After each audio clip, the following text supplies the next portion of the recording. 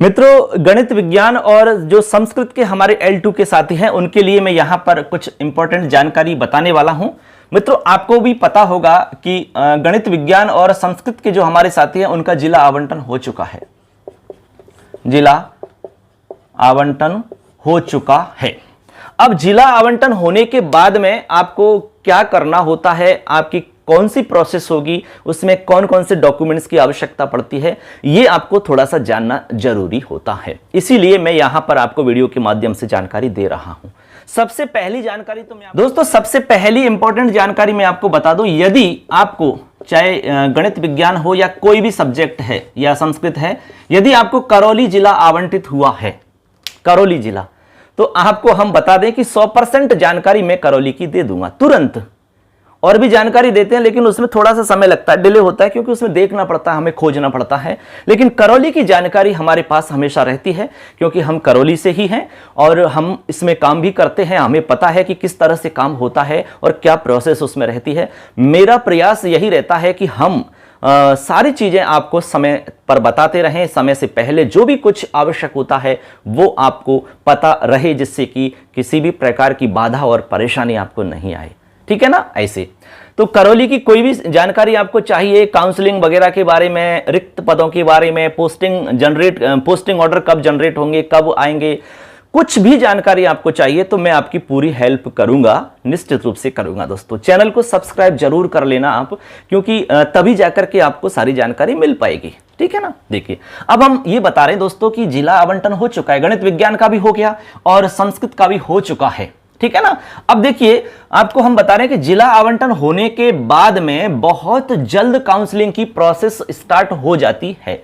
अब ये मानकर चलो कि विदिन 2 दिन के अंदर, 2 दिन में निश्चित रूप से 2 दिन के अंदर आपके लिए क्या होगी, काउंसलिंग की प्रक्रिया शुरू हो जाएगी, यानी काउंसलिंग की जानकारी आपको मिल जाएगी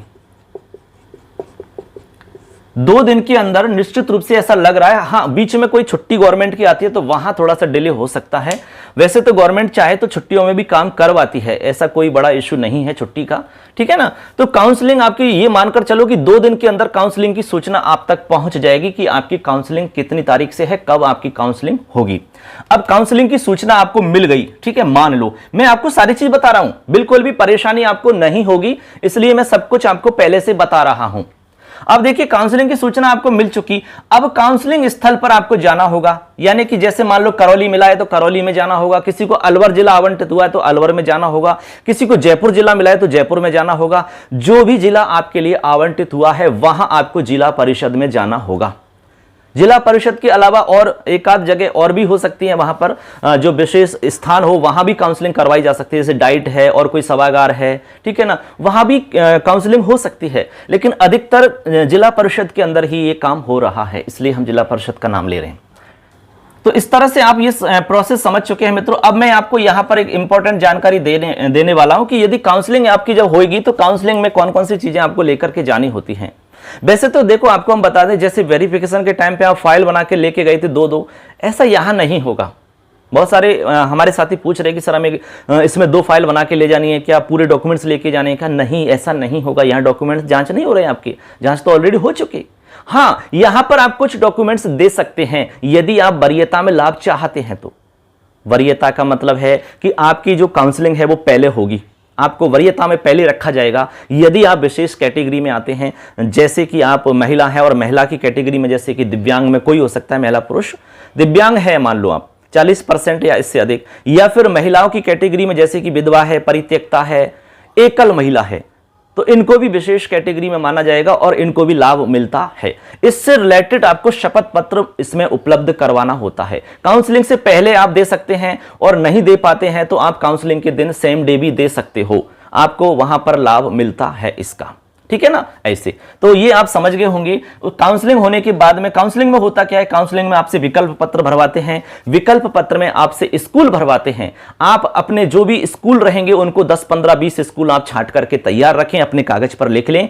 उनमें से आपको सिर्फ एक स्कूल विकल्प पत्र में भरना होता है, यानी सहमति पत्र अंदर भरवाते हैं जब काउंसलिंग होती है तब। उस सहमति पत्र में सिर्फ आपको एक स्कूल भरना होता है और वही स्कूल आपके लिए मिलता है। ठीक है। आपसे पहले जो स्कूल भर चुके हैं वो आपको नहीं मिल सकते, क्योंकि वो तो लॉक हो चुके हैं। आप जब काउंसलिंग में जाओगे उस समय जितने भी स्कूल खाली रहेंगे वो आपको स्क्रीन पर दिखाई जाते हैं, नीचे आपके फोटोकॉपी रहती है उसमें भी वो दिखाई जाते हैं। आप उनमें से आराम से देख करके छांट करके बता सकते हो कि सर मुझे ये स्कूल चाहिए, वो आपको मिल जाता है। ये एक प्रोसेस उसमें रहती है। इससे रिलेटेड कोई भी जानकारी चाहिए, आपको किसी भी तरह की जानकारी चाहिए तो हमसे आप सवाल करिए, निश्चित रूप से आपको जानकारी हम देंगे और सटीक और 100% सही जानकारी यहां पर हम देते हैं। चैनल को सब्सक्राइब कर लेना, क्योंकि ये सारी जानकारी तभी मिल पाएगी। ज्वाइनिंग के बाद में भी हमें बहुत कुछ जानना और सीखना है, तो वो भी मैं आपको यहां चैनल पर बताता रहूंगा, सिखाता रहूंगा। हम मिलकर के इस काम को आगे बढ़ाते रहेंगे। ठीक है मित्रों, तो अब आप समझ गए होंगे कि बहुत जल्द काउंसलिंग का शेड्यूल आपका आ जाएगा और काउंसलिंग में आपको किन बातों का ध्यान रखना है, कौन कौन से डॉक्यूमेंट्स आप दे सकते हो, ये मैंने आपको बता दिया है। ठीक है ना। और करौली के लिए विशेष मैंने बताया कि करौली जिला आपको आवंटित हुआ है, तो बिल्कुल निश्चिंत रहें आप, पूरी जानकारी मिलेगी आपकी और पूरी हेल्प करेंगे। काउंसलिंग स्थल पर ही हम आपको मिलेंगे, वहां जिस तरह की हेल्प चाहिए आपको, जितनी संभव है हम आपकी पूरी हेल्प करने के लिए तैयार रहेंगे। दोस्तों सबके लिए धन्यवाद। कोई भी अपडेट जानकारी मिलेगी तो तुरंत हम आपको बताएंगे। नमस्कार।